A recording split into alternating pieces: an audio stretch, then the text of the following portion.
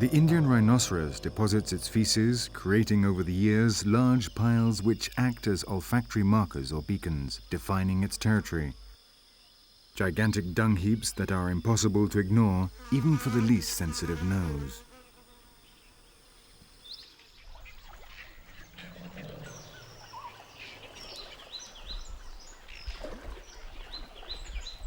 Rhinoceroses are essentially solitary animals, but when the males reach sexual maturity at 10 years of age, they fight even the females when they meet. During these rare encounters, even the elephants prefer to leave them to it. Scenes like this represent like few others the essence of the wild paradise of this part of the world.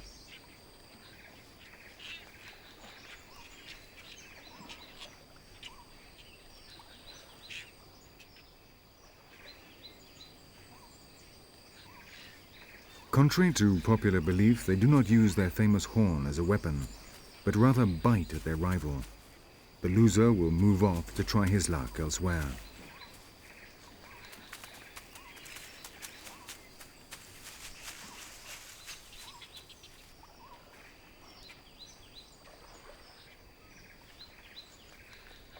Another of the paradoxes of the ancient unicorn is that its horn is not the part of its body the Nepalese most appreciate.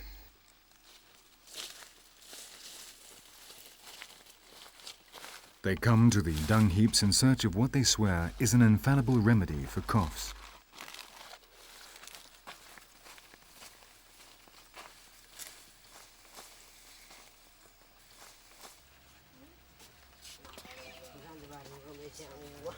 When you get home, nothing better than making yourself comfortable and enjoying one of the most highly prized products of the land. All you have to do is to spread out a piece of paper and sprinkle a little rhino dung on it.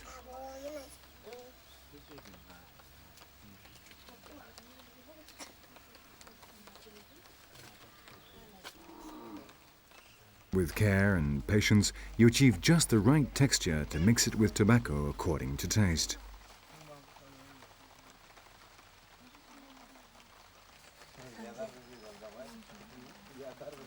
An exquisite cigarette containing the most select feces in the region. For them, the enormous piles of dung are a plentiful supply of the ingredients for the finest tobacco. Without a doubt, an exclusive luxury that only a few can enjoy. The taste of a legend would surely be a fitting advertising slogan.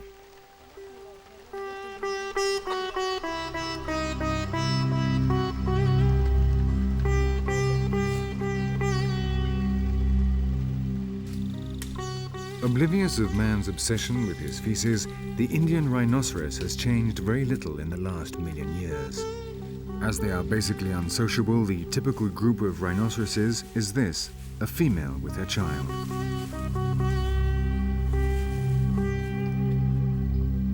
A vegetarian diet is lacking in a number of nutrients, which the rhinoceroses have to obtain from other sources.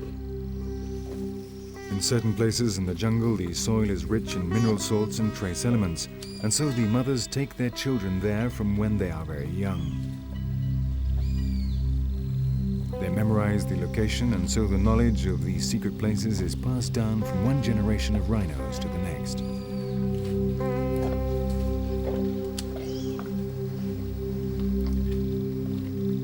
They literally eat the soil. The little one will not forget the lesson.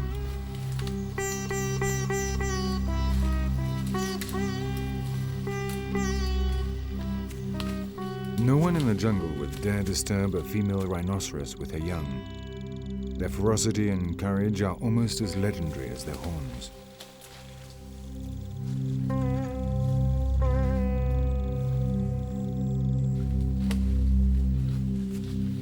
But rhinoceroses like to spend many hours in places also much appreciated by man. For the rhinoceros, as for many other species of animal in this part of the world, water means a cool retreat and a place to find food.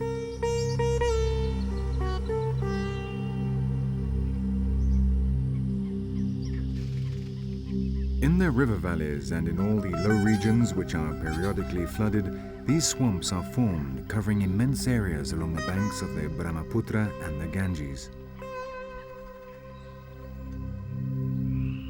Rhinoceroses are perfectly content, half submerged in their very own vegetable soup, from which they eat while placing virtually no stress on their backbone, which most of the time has to carry the enormous weight of the animal. This tendency for very heavy mammals to submerge themselves in water and so compensate for their weight was precisely what led some of them to return to the sea many millions of years ago, giving rise to the cetaceans.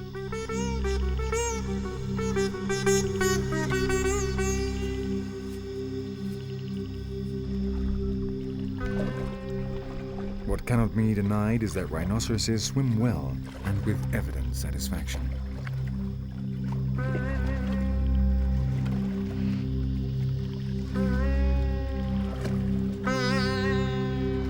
As they constantly move in and out of the water, these giants open up the vegetation, stirring up the mud at the banks. In this way, they keep the water surfaces clear, preventing the plants from covering them entirely.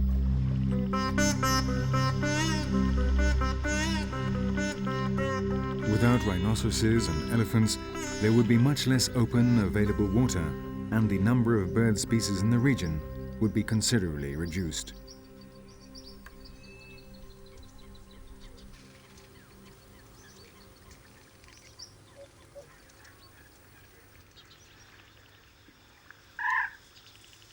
Beaks.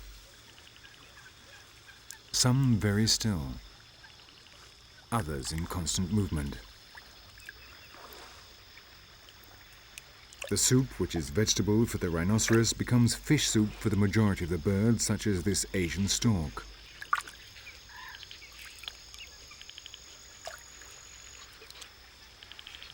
Or this heron, which prefers more decisive movements.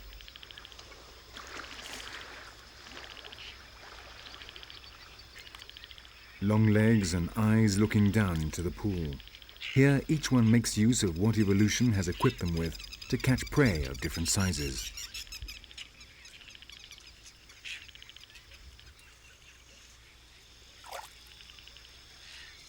This male Asian jabiru is also a type of stork, and like all others in the family, is not adverse to scavenging when carrion is around, in this case the dead body of a coot. But neither its legs nor its beak are adapted to feeding on meat, and it'll have serious problems digesting something so large. Each animal has its own techniques. This is an aninga, a type of long-necked cormorant, and it has a little problem. It seems to be offering its catch to the sun, but in fact it is warming up after fishing because its plumage is not completely impermeable.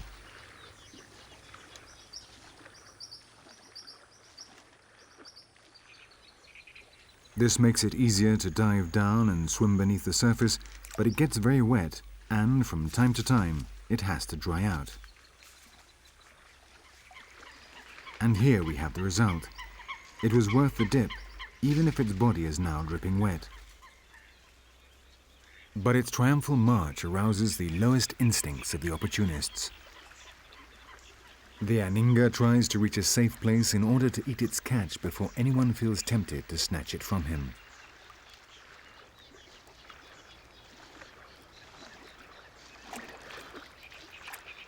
It is hardly elegant as it emerges from the water, and its problems are not over yet.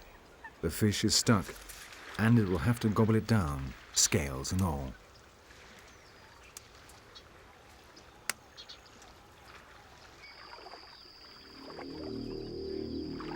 All this movement by the aninga alerts the most dangerous mouth in these waters.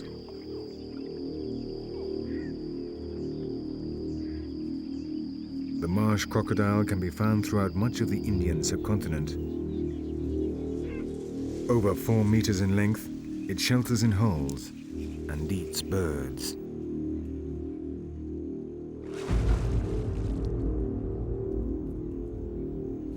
More than reason enough to make a quick exit when you hear one entering the water.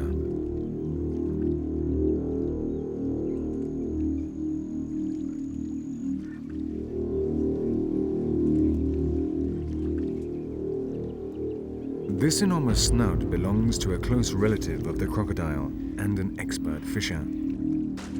The gavial can reach up to 6.5 meters in length and is a zoological treasure that lives only in this part of the world.